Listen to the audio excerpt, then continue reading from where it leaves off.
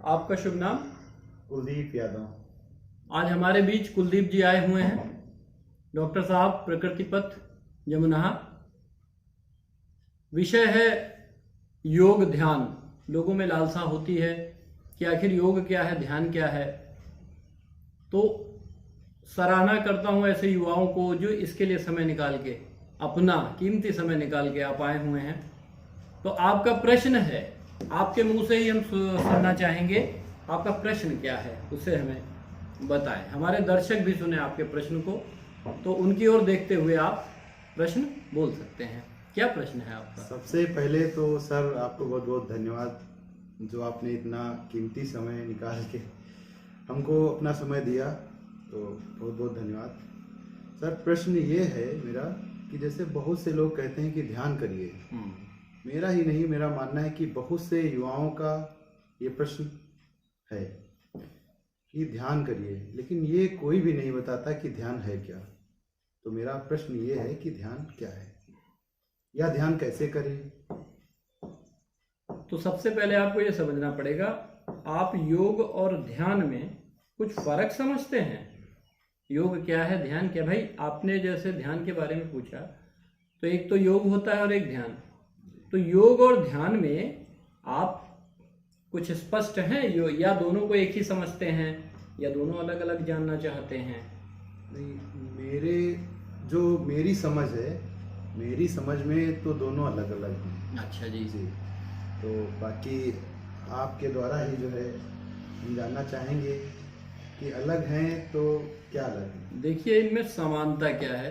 देखिए इनका प्रश्न स्पष्टतम ये है कि ध्यान जो शब्द है बड़ा भ्रामक हो गया है, और जो योग शब्द है ये आज दूसरी दिशा में चला गया है।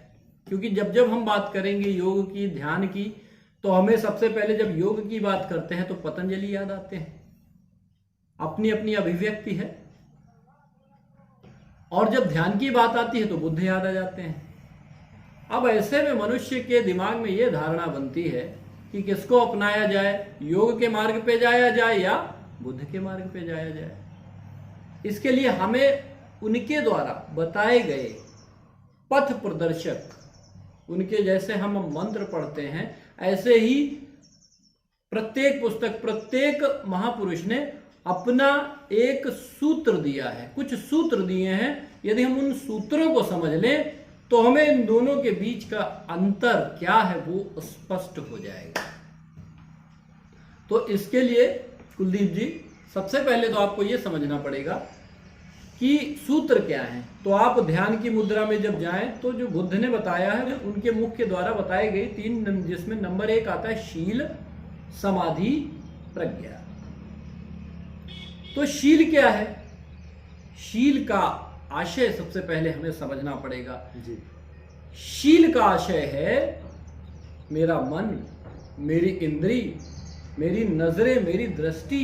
समाज में हम निकल रहे हैं तो हम कहीं भी निकल जाते हैं, किन्हीं के बीच में हम पहुंचते हैं, हमारी नजर कैसी है, हमारे भाव कैसे हैं। शील का पालन अर्थात समाज में पिता, माता, भाई, बहन, दोस्त, पराई स्त्री, अपने घर की स्त्री, इनमें हमें किस प्रकार के शील का पालन करना चाहिए। तो शील में आई, ये बुद्ध ने बताया कि शील का पालन करो, अर्थात सदाचार। इसी प्रकार प्रथम सूत्र पतंजलि का है, अथ योगा अनुशासनम। अथ योगा अनुशासनम, शील और अनुशासन।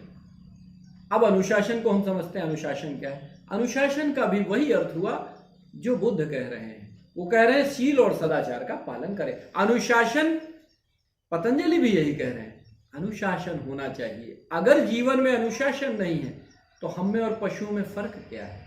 बात एक ही हो गई। तो सबसे पहले आपको ये बात समझ में आई कि शील का मतलब भी समाज के अंदर हम निकले तो सदाचार का पालन करें, और अनुशासन का भी अर्थ हुआ कि हम समाज में निकलें तो हम अनुशासन से चलें।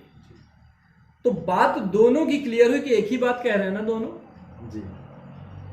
अब आप पहला सूत्र समझ गए कि पतंजलि और बुद्ध का जो पहला सूत्र वो एक ही बात कह रहा है। शील का पालन को वो कहते हैं अनुशासन।